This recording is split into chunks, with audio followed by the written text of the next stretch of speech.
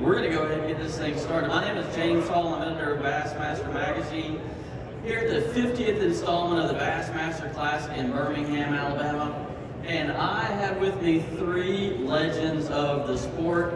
And y'all know who they are. I'm going to introduce them anyway. Mr. Bobby Murray, champion of our very first Classic. Mr. Denny Brauer, Classic champion. And Rick Clunn has won more Classics than anyone can count. And what we're going to do is we're going to have a conversation with these legends and talk a little bit about what it was like back in the early days of bass fishing and the Bassmaster Classic, to give us a little bit of perspective of what we're experiencing here in Birmingham. So let's start with you, Bobby. Now Bobby won the 1971 Bassmaster Classic.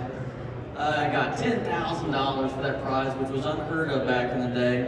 But he also won the 1978 Bassmaster Classic, as well as another event in 1972, and finished in the top 20 43 times. So he was an absolute monster back in the day. Bobby, let's talk a little bit about that 71 Classic. What is the memory that really sticks out of that first event? Well, there's several things. First of all, it was a mystery event. We had no idea where we were going. We all flew into Atlanta, all met there. Ray put us on an airplane, and when the plane got to 30,000 feet, he announced that we were going to Las Vegas, Nevada.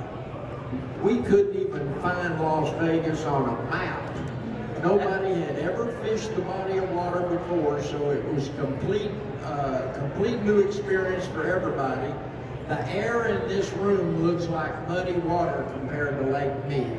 You could literally drop a quarter and see it in 25 feet of water. And I was just lucky enough to stumble on that little Zorro spinnerbait and fish. I was fishing shade, not fishing any kind of cover, because there's no cover in the water. Deep canyons, I'd fish the shady side in the morning. When the sun would go across the canyon wall in the mid-afternoon, I'd fish the other side in the afternoon. So it was just, my pattern was throwing that blade in the shade and keeping it going. And when you got back to the dock on the final day, it's not like, especially for the young kids now, they've grown up seeing the Bassmaster Classic indoors and with tens of thousands of people. But when you got back to the dock, what was the audience like there? Well, we had our wives and about 15 outdoor riders, and I think we had about 10 spectators. It was on the top of a little square floating boat dock. I mean, this was not very big. We had no idea how big the sport was going to become as we got down, and it was a really unique experience for all the anglers, because we'd never fished that kind of water. And so how did a guy from Arkansas end up, most of y'all's water is a little dirty. Yeah. Goes to the gin clear waters of Lake Mead, drinking water clear, and pulls out a wind. Did that surprise you as much as it did everybody else? Well, it did in a way, because, the closest guy to me was Tom Mann, and he caught a limit every day. I caught 5, but my fish were almost a pound and a half to 2 pounds bigger each day on the string, so I won about 2 or 3 pounds. It's just, I still can't believe sometimes how many of those quality fish were in that body of water. Yeah, that's incredible. So now we're gonna shift. We're gonna come back to you in a second, but let's shift over to Mr. Rick Clunn. Rick has won the 1976 Classic, the 77 Classic, the 84 Classic, the 90 Classic, and I guess you got finally letting other people have a chance at winning a Classic these days. But he's also won 16 times, 16 championships in Bassmaster. First was in 1976, and his last was in 2019. So he has been a fierce competitor for an extremely long time. But Rick, let's go back to that very first Classic that you won. That was actually on Lake Guntersville. Let's go back. Tell me about that event. What really sticks out in your mind, and how did it play out for you? Well, that was really totally going to be dictating the future. It was my 3rd year fishing the Classic. I hadn't done well in the first two. I was broke, completely broke. Of course, I've told this story before, and I'll tell it very quickly. We had, just like Bobby said, we had to meet in the neutral town. We had to meet in New Orleans. I lived in the Houston area. I didn't have enough money to get from Houston to New Orleans. And so I tried to borrow the money, and everybody knew us as fishermen, so they weren't about to lend me any. And so I had a deer rifle, Browning 270 deer rifle, and I took it and pawned it, and that's the money that got me to New Orleans. And again, like Bobby said, we got 30,000 feet in the air, and they told us we were coming to Lake Guntersville. And still, I loved it back then because you see this great mystery come over everybody's face. They're looking at each other like, do you know anything about Guntersville? Do you know anything about Lake Mead, wherever you were going? But it was kind of neat. But Bobby is the reason I won that tournament. He probably doesn't know that, because I knew I was broke. This classic was going to determine my fate. I had to go from hoping I'd win to making it happen. And the only way I really made it happen, I went back and looked at every classic. And Bobby Murray won the very first one, like you said, throwing the spinnerbait in the backs of those canyons. Don Butler won the second one all the way across the country at Percy Priest in Tennessee, but the same time of year, October, back in the Backfoot Creek behind the marina, throwing the little Okie Buck spinnerbait. And then Gray Old Breckenridge won the third one at Clark Hill in South Carolina, same time of year, in the same area of the lake, though, in the very back of the creek. So guess where I'm going to go practice when I went to Guntersville? I went into Browns Creek. I fished the back of the creek, the whole creek, and ended up, fortunately, having a huge day the second day of the event, which Guntersville is known for. We'll probably see some of that today. But and I won that event, and then life turned around. I won again in '77. So from that point on. And you won $25,000 for that very first classic, and and then your last classic that you won in 1990, that prize pool had doubled to $50,000, and now you're seeing a $300,000 first place prize for the classic. So, what it meant to be a classic winner from 1976 to 1990? Could you explain that to us? Well, it was really quite of a change, and every one of them meant something different. The first one meant I would be able to do what I love to do. Because I only got in, unlike a lot of guys now, I got in the sport because of the dream. Most of those names up there, it was a dream first. Yeah, you got to have money to pay for it, but actually the money was second. And but so that meant I would be able to stay in the sport, but every one was different. The first one was different. The second one was really weird. I didn't fish very well. It was one of those where everybody else had to fish worse than me. And Bobby, I think you're the only one to call a limit that one, the final day, didn't you? Yeah. And right. I didn't even have one fish the final day, and I won the event. But I had a big first day. And then finally in 1984, the presidents showed up. They weren't presidents at that point in time. It was our first weigh-in like this. And I finally understood when I was pulling those fish out of the lava that final day what rock stars felt. I mean, the energy of that crowd was just pulling me, floating me out of the boat. And then, of course, we had George Bush on one side and Bill Clinton, governor of Arkansas at that time, on the other. And then in 1990, though, I won at James River. It was special to me because it's the first time my young daughters, they were now in their teens, realized that Dad really did have a job. Okay? And it's the first time they realized what I did. Because when I come home, a lot of times they sit in my lap and they go, Dad, are you going to get a real job in a store? Because all the other dads go to the stores and come back home at 9. I didn't. So 1990 was special because they realized I was bona fide, as they say. You are definitely bona fide. Another guy that's definitely bona fide is Mr. Denny Brauer, who won the 1998 Bassmaster Classic on the High Rock. He also won the 1992 Megabucks event on Guntersville, which we want to talk about, and won 17 other events in his career spanning from 1984 to 2011. But let's talk about that 1998 Classic. And what was the sport like at that time? What did it mean for you? And what was your primary memory from that victory?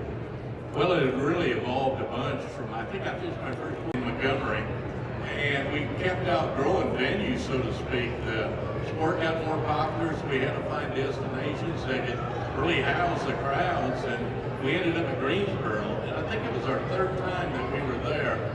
And the previous time we were there, I found this school of fish, as I was telling Rick earlier, that had the potential to win the event, and they dropped the lake 3 feet, and those fish just kind of disappeared out of that shallow water.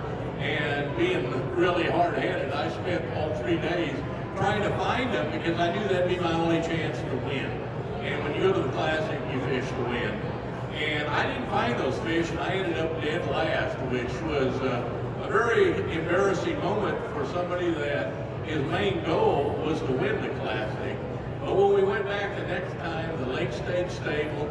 I got up in that same area, relocated what was probably some of those same fish, and the sport had grown to the point where we had such a flotilla of boats that followed you. You really had to manage the crowd, so to speak.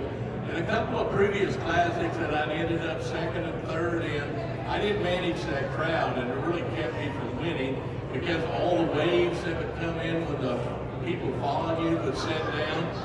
And I took all that into consideration in the area I was fishing, so I never put my boat on a plane. When I'd idle back down to refish the bank, all the spectators would idle with me, and it really preserved the water quality in that area, which enabled me to finally win the tournament. And you know, it was almost like it validated your career. You could win all the other events, but if you didn't win the Bassmaster Classic, I don't think you'd ever feel that you had a complete career. And so once you won that event, once you won the grand title of bass fishing, what did that do for your career? What kind of catapult was it?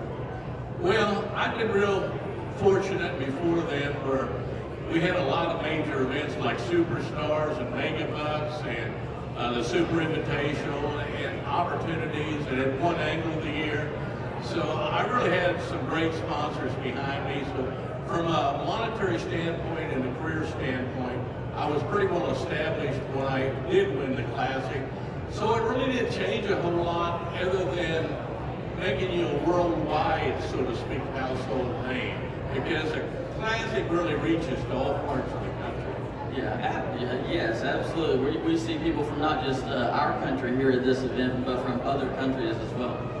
So let's talk a little bit about perspective. I mean, we understand what the Classic is now, but how far has it come? I'm going to ask each of you the same question. We'll start with Bobby.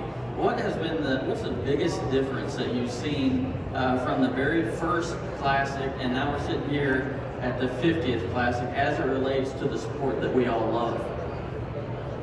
Well, probably the greatest thing is back in the beginning in '71 when I won the first Classic back then. Everybody was part of Team Grandma. You financed it out of your back pocket. You know, there wasn't a lot of sponsors. The industry really hadn't took off. And when Ray had the dream to put the World's Championship together, we had no idea where it was going to go. But after that first event in Lake Mead, the industry started getting behind the anglers. We started getting sponsors, and today, this is like a NASCAR event or something. I mean, everybody comes, they're all excited, they plan their vacations to come, and the one thing that we've done with all the things that has happened, it's allowed all these youngsters, the college anglers, the high school bass clubs, it is almost like a sport, basketball, football now, so that's probably the biggest part about it.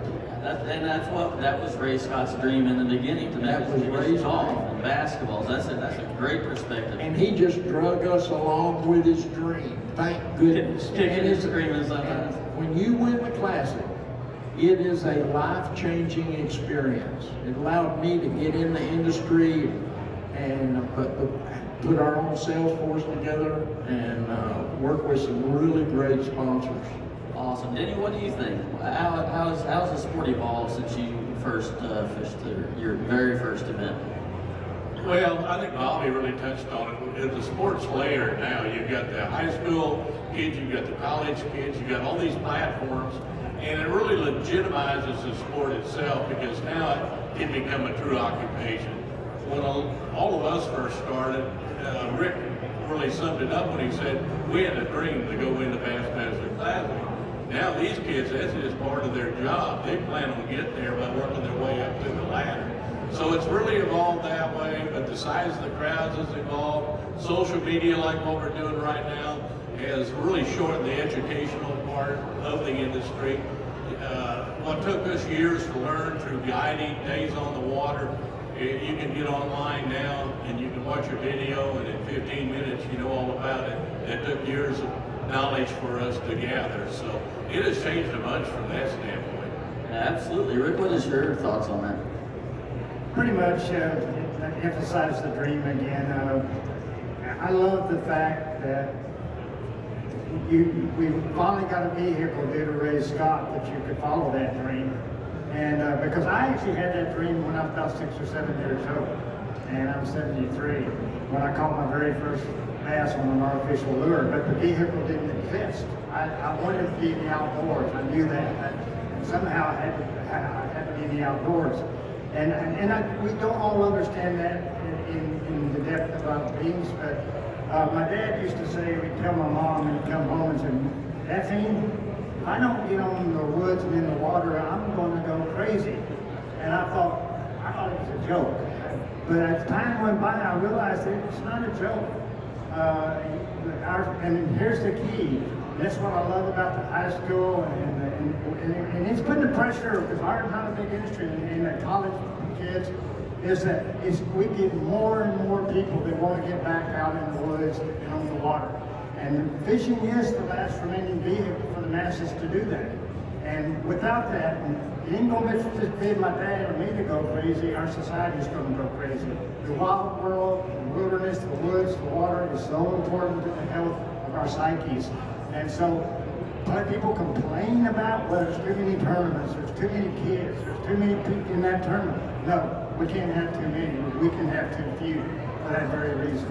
That's very, very well put. And I'm going to go back to Bobby because, and one of the things that I noticed being in the industry is the incredible advances in technology. And I know in 1971, walk me through the technology on that boat and then kind of compare it to what we have today. Well, on that first classic boat that Forrest built for the tournament, the first thing people have to realize, it was an inboard, a little old 90-horse inboard outboard motor at the first classic, and we had one flasher, a little round flasher on the front end, and it was the leading edge of technology back in '71 just to have a flasher. The technology part that we have today, I mean, you almost have an engineer degree to start running all this live scope and all the radar that they got now. But when Rick and Denny and I started fishing, a flasher was the leading edge of technology. And I can remember in 1968 or 69, I was a senior in college. I lived in Hot Springs, Arkansas. I had to drive to Little Rock to a J.C. Penney store, and I ordered a little green box, the first depth finder that Lowrance ever made, that little portable. And when I got that put on my boat, I thought I was going to catch every fish in the lake. I mean, it gave us all kinds of confidence and learned how to read that thing. People look at it today, they go, how can you tell there's a fish there? I said, if you stick your head in that thing for 2 or 3 weeks at a time, you can see fish on it. So the technology part has really improved over the years and increased everybody's catch. You know, That is very true. And now let's talk a little bit about this classic in particular on Lake Guntersville, because both of you guys have won major events here. So let's go back with Rick. Your win here was in 1976. Can you tell me, in your opinion, what the difference is of fishing Lake Guntersville in 1976 versus fishing it in 2020? Well, the main difference is, of course, the seasonal difference, but that's not really as important. And the main difference was back then, this lake had a lot of grass, and that's what everybody was keying on. But back then, what I really noticed was nobody fished the bridges, believe it or not. 22 of my 27 keepers come off the bridges, and now my 5 biggest came off the grass. So, it's again, the lake hadn't been completely explored. As far as the knowledge, and that's of course the biggest difference nowadays is there are no secret spots out there anymore. Used to, in a few places you could find fish that nobody else had found. And of course that's due to, you know, I've always preached the above water awareness, and you have to maximize that. But our underwater awareness has always been dependent upon that little flasher or on your line coming the lure on the bottom. But you really didn't have a visualization of everything. But now, our underwater awareness is 360 degrees with the electronics that they're using out there on the lake today. So you can see from photo, see to their size. And so that awareness level has gone up 90% higher than what it was back when I fished.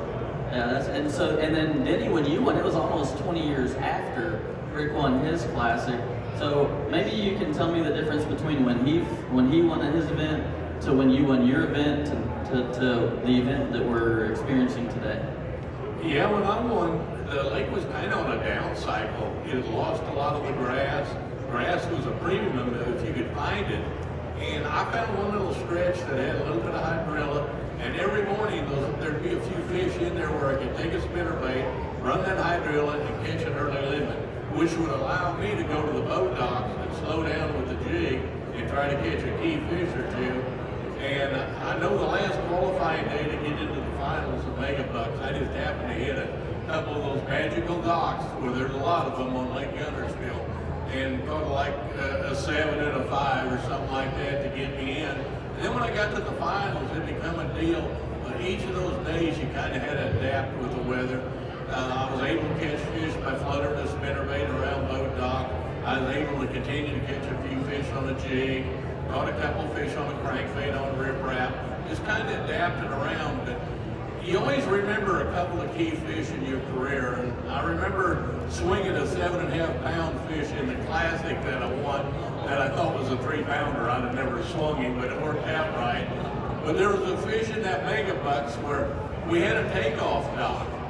And I thought, you know, I bet nobody's fished that takeoff dock. So I pulled in and I flipped the jig to the end of that dock, and the line, you can still just remember it jumping. It was one of them bites. And it ended up being like a 5.5, 6 pound fish. It jumped about that high out of the water.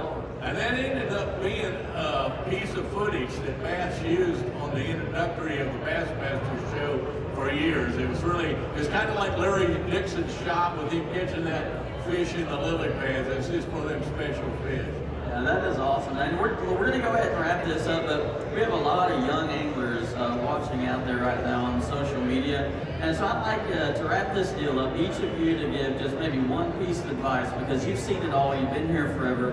One piece of advice that you might be able to offer to a young angler wanting to grow in this sport. Bobby, let's start with you. That's a tough question. Probably for me, the main thing is water awareness. Learn to read the signs. Nature tells you when the fish are biting and when it's going to be a tough bite. If you can spend enough time on the water, and there's nothing like time on the water. If you can spend enough time on the water where you can read the signs, the barometric pressure, you know, you hear all it, the cows are laying down, they're not biting today.